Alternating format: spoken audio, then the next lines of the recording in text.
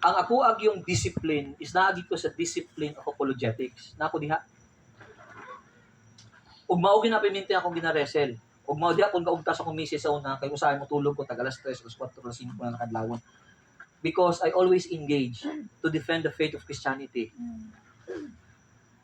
Dito sa mong forum, ako ray sa Filipino. Tanan nga na dito are Americans from different denomination. Ug ang mga piminti ginaresel kung paano lang mo argue para mo daog sa argumento to prove that your theology is right or wrong. Pero dili na ko nakita nga ang theology nato is before nato siya is systematize, is dapat ang theology nato naka-anchor yun sa biblical studies. Kasi ang pag-study sa theology, two ways. Diachronically and synchronically. Pag musulti kang diachronic, kailangan sa nimo intindihon ang Biblia specifically based sa author perspective before nimo siya i-synchronize. Pag musulti kang dapat sabton sa nimo ang Bible synchronically, specifically before nimo siya i-systematize. Kasi namo kita ginatawag na ang theology manggod, before siya na-systematize ang teolohiya, ang theology naa siya sa perspective sa writer. Iyaha gina. O libawa, pag mabasa kag Genesis, natudlo ba si Moses na ang Ginoo gugma? Natudlo? Oo. Pero dili word na. Wala ka kabasa pa. Wala pa ka kabasa siguro. Word si Pastor. Oo. Basta Lord. Yeah, love the Lord your God. Ikaw ay may request nilo. Ikaw may gugma sa Ginoo. Love, itudlo sa Old Testament, itudlo sa New Testament. Okay. Synchronically, specifically, gitudlo sa author. Kung imo siyang i-connect, nagtudlo bang New Testament? Nagtudlo po. So that's why you can conclude, generally speaking, systematically, that God is love. Ana siyang teolohiya. Pero sa theology, kung mutudlo kog teolohiya karon nga nag-base ko sa perspective sa writer, pero dili siya supported by other writers, dili na ko pwede siya buhat og doktrina. Kay nga naman, ang tawag nato ana siya is inconsistent. Meaning to say, di ta pwede mo buhat og doktrina na inconsistent. Dito lang sa gi-mention, kung dito lang sa gi-mention, ibig sabihin dito ra na, nay purpose ang writer nga dito, wala magisuportahan sa ubang nga writer.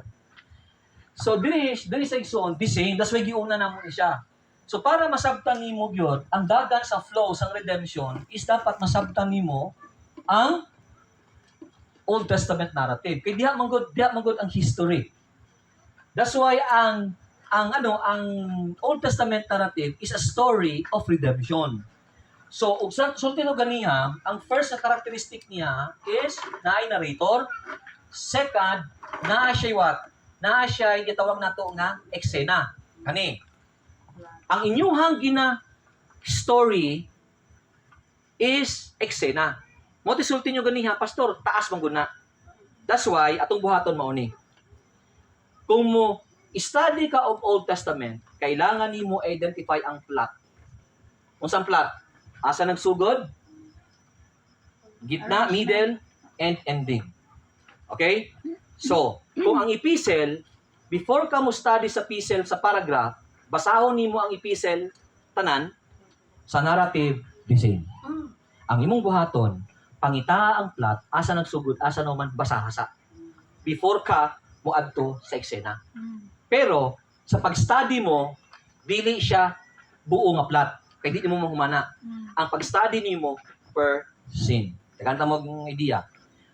Pagbasahon nimo ang life ni Joseph, ang iyang plot nagsugod sa 37, nag-end sa chapter 50. So how many verses? 14.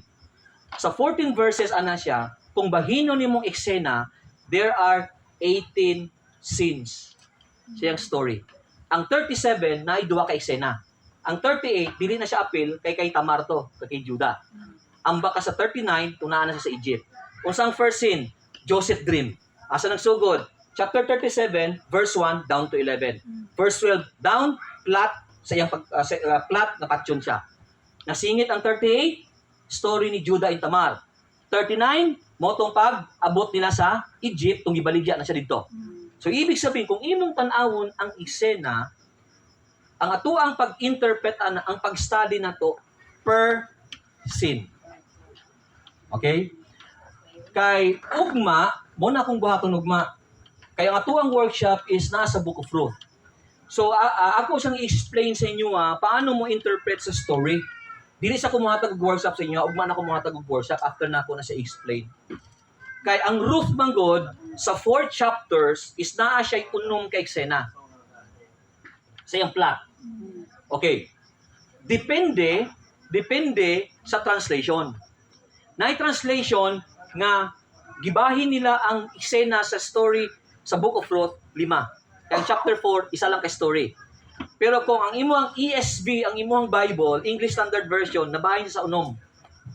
Chapter 1, verse 1 to 5, first scene. Chapter 1, verse 6, down to 22, second scene. Chapter 2, third scene. Chapter 3, fourth scene. Ang chapter 4, 2. Katong meeting at the gate, and pag-anak kay Obed. So, ibig sabihin, unom. Pero sa ubang nga translation, 5. So nga nung importante man ang eksena. Kay sa eksena manggod, diha manggod nato makita manggod ang dialogue. Ang dialogue is very important kay mao ni siya. The way manggod mo istorya ang karakter, ma-identify manggod nato kung unsa nga pamatasan naa ang karakter. The way mo istorya sa dialogue. Pag musulti kang dialogue katong conversation nila ba. So mao na siya atong buhaton. So dili na sa taputo ba sa karakteristika para masabtan na to kasi very important ni. Okay, kanang plot na istorya to kaniya. Kani. So meaning to say, another thing sa characteristics sa Hebrew narrative, kailangan nato ma-identify ang iyang features of structure. Meaning to say, sa feature of structure, ang iyang inclusion. Ang problema mo gusto tuwa sa narrative, pagbasa nato sa portion manggod, mo judge na yung sa karakter nga mao ni siya. Pero wala na ito nakita nga inclusion niya ana, lahi di ay sa tuang gihunahuna. For example, musulti ta. Tama to Genesis 37 verse 6 to 8. Unsa sa story ni Joseph? Kita now. 7 verse 8. Resulte.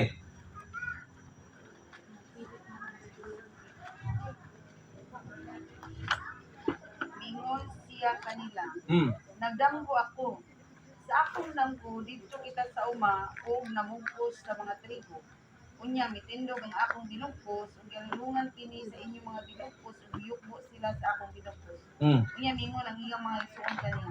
Naguna-una ka ba nga mahimo kang hari namo? Magmando ka ba diay kanamo?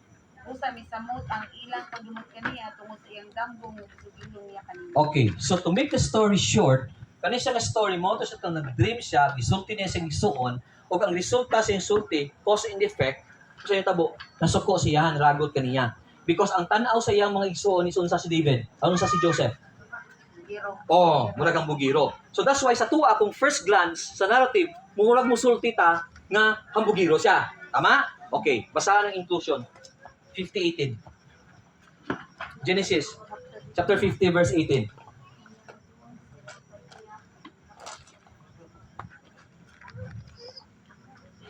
Kaday, nasa?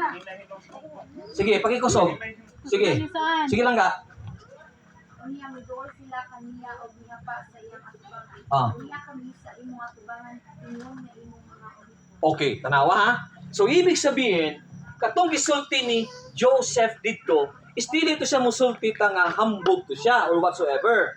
Kaya nga naman, that is part of God's revelation. Nganong masulti man tang revelation? Kaya ang fulfillment sa iyang inclusion nasa chapter 50 verse 18. So that's why di tayo tamudya sa nabasa nato dito. So ato dapat makita ang inclusion. Di ba? Mo na si problem usay sa narrative. Pag portion lang sa narrative ang ato ang basahon, ang pagsabot nato is only a portion of the story. Di nato masabtan ang katibukan. Ha? Ha? Basin. Dili. Basin, pastor. Actually, kung imong tanawo na siya, ano musulti man ta dili ang bunggiro? Basahan ko ng verse 11. 11 sa... Oh. Oh. 37 verse 11. Basahin yung verse 11. Kasinahan, sige basa tayo. Sige. Kasinahan sa Jose sa iyang mga igsuon, apan dinaktupan kinibutanga sa iyang angkan. Okay, tanawan nimo ha. Una, kung imong pasubayon pa ng context niya na, murag naglain po yung papa, kay dili naman igisuong gisultian. Pero tanawan ninyo ang last verse. Naghinuktok. So, ibig sabihin, there is a realization. Asa na ito na makita ang portion niya kung sa Bible ni Nuktok? Nasa Matthew. When the angel revealed to Mary, kung unsa ang gibuhat ni Joseph, ni Jacob, mo po nang iyang gibuhat. Ibig sabihin, giunahuna niya kung unsang gisulti siya. So, meaning to say, Jacob, kabalo siya kung unsa itong gisulti ni Joseph. Joseph. So, ibig sabihin, mo ni dagan sa narrative. That's why don't judge a story na di mo na siya sundan. Kaya kung di mo na siya sundan, patay do ka diha. Diba? Okay. Last. Manta. Kinsa sa inyo nagatanaw og movie diri nga musugod lang mo sa tunga? Adi ko man. Oh, tanawan ninyo. Kinsa din sa inyo ang story nga ha? Kasi Jainis, pastor. Kasabutan ka rin kung may subtitle. Siya basa sumbagay. Moro na. Siya rin kumagana. Oh, di ba? Oh. Kinsa sa inyo nga din nga normal nga musugod lang siya dito sa una-una, di na niyo humanon. Ako manon dyan ako, pastor. Muna di ko magsugod. Kinsa ang musugod nga dito sa ending? Tanawan ninyo. Ibig sabihin, kung ingana inyong style, masabtan nimo dili. Dili. Kulang. So the same. That's why ang narrative nasa features of structure. Okay. Mao na sa gani nga pampansinan ninyo na siya repetition of keywords or resuming the narrative after interruption or detour or in the form of stereotype patterns. Actually, simple man lang ang Bible ba? Kung imong basahon ang Bible from Genesis to Revelation, stereotype pattern man lang na siya. Kung sa stereotype pattern, makasala ang tao, luwason sa Ginoo. Makasala ang tao, luwason sa Ginoo. Makasala ang tao, luwason sa Ginoo. So from Genesis down to Revelation, mo na sa istorya. So meaning to say, one word, ang stories ng Bible, whole Bible from Genesis to Revelation is, nag-end ang Genesis sa unsa? Mapulong. Amen. Amen ba, pastor?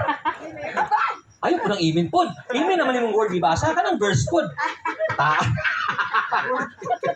May klaro. Ano ka, pastor? Aray, aming martin, kalain na noy. Ayaw pa na mag-nil. Pagkain, maamin na mag-utak sa ino siya.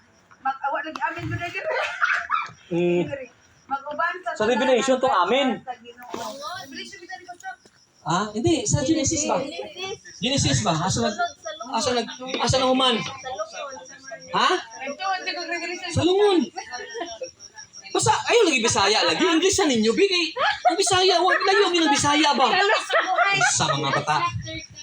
Salungon, Ang problema mong sa Bisaya, manggunato manggol. Ang problema mong i-translate manggugikan sa English manggol. Pastor, sa pastor. Genesis 15. Last.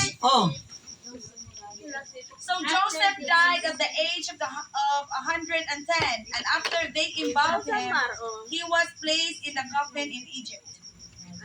Okay. Saan sa? Genesis 50? Last verse? Okay. Sige. So, nag-end sa unsa? Egypt. Nag-end sa pasulod sa slavery. Tama? Revelation. Last verse. Amen. 22. Amin. Di lang amin. The grace of the Lord Jesus be with God's people. Amen. Okay. God's people. Unsa na siya? Nag-end sa salvation. Kita ninyo? So meaning to say, kung imong tanawon ng Bible, ang Genesis, nauman siya sa patsulod sila slavery. Ang Revelation na human, pasulod sa eternity. So that's why the Bible, mo na yung story of redemption. Balik-balik ha. Slavery and Oh. Amin. Amen. Ang amin, Joseph, wala mo konsulti nga word lang. Konsulti ko asa na human. Sorry, Pastor. Sorry. Oh. Sorry, mga Amen. Amin. Okay. Sige. Okay, so it's already yun saman. Okay. 9 minutes ka, Pastor. Kansi minimum 10 minutes. Ha? 9 minutes lang. Mo na ganyan 9 minutes? Ah, Okay, sige. So, any question? pangutan mo eh. Amen. Okay. Any question? Okay, tomorrow, kumano na to siya, so mga 1 hour, 6 na tayo mag-start, no? So mga 1 hour siguro, humana to 7. So I will introduce sa inyo ang Book of Ruth. So before tamo workshop. Ugma. Okay? So na siya. Okay, sige, question. Wala na? Wala na kayo. Mahal mo baliw pangutan na. Manuwa na lang. Ay mo kadlok pangutan na. Hindi sila din, Pastor. Paano mo? Smiling mo. Smiling. Pangutan na lang, Pastor. Balihan na lang. Balihon. Kaya di man mo kuhan. Si Maris. Okay. So ibig sabihin, usbo na to ang narrative is unsa gani? Ang story yun niya is not primarily nagatudlo sa moral. Ang narrative is primarily nagatudlo siya wa. To God. Yeah, about history sa nation of Israel kung unsay gibuhat sa Ginoo. So meaning to say, every time we interpret narrative, dapat didto gyud ta mo angkor unsa ang gibuhat sa Ginoo in history sa nation of Israel. Ang moral lesson is dili siya primary kundi secondary siya. So dili ninyo pwede immoralize. Usay mo yung maunang tudlok. Kung mauna nimo itudlo ang moral lesson, ibig sabihin, mas i-emphasize nimo ang secondary kaysa sa primary. And you will miss the point. Ang mahimong bida ana ang karakter. Individual, dili si God. Kaya ang bida sa narrative, si God. Dili sila. Not Abraham, not David, not Joseph, not Jacob, si God. Okay. So, ana lang. Share na lang natin sa simbahan, Pastor. Ha? I-share na lang sa Ang unsang i-share sa simbahan? Ang iyang nakatunan. Ang Di naka- mo yung pastor dire. Ha? Ay, share na. Tao na naman siya tatama. Ibay tanan sa mga pastor at Timarinay. Wala lagi at Timarina. Okay. So, Mga sige. Okay? So, na kay ugmaan ni, pag na to, moderate na ta sa errors to avoid. Ibig sabihin sa errors to avoid, maunang atuang dapat dili buhaton when we interpret narrative. So, dito na. Muna na siya. So, balaan na ninyo kung naamoy mga errors. O, ugma na na. Errors makanitanan. Pangutana, ano sa mga pangutana? Ay, napinawat pastor sa error. Sa plot? Sa Oh. lahat, asa man jud ang ending anak pas mo ato pwede ta mangita og lahi. Dili. Ang imo ang buhaton sa plot, paalang individual. Halimbawa, gusto nimo tunan si Abraham. Asa sa nagsugod. Asa sa nahuman. Mostly ang ending sa plot, kung namatay siya. Halimbawa, ang Genesis sa life ni Abraham, nag-start sa Genesis chapter 12. Moto'y pag-call sa iya. Nag-end siya kung sa nga chapter. Namatay siya. So, muna i-plot. Oh. Wala po nagsulti nga tanan, mamatay ha. Kaya nabi ibang nga karakter to ang gisulti nga namatay. Ang point lang ba, kung asa sa last nakita. Pero mostly. Makita na to sa uban nga mga kuan. Ah? Sorry. Dili. Kaya ang Old Testament narrative man God, namagod sa diya mismo sa Old Testament. So di mo siya makita sa uban. Kung makita nimo sa New Testament, ibig sabihin illustration na, gi-illustrate ang karakter sa Old Testament dito sa New. Pero ang iyab yung story ana pag Old Testament natin, nali na sa Old Testament. For example, story ni Noah from chapter 6 down to chapter 9, muna yung plot.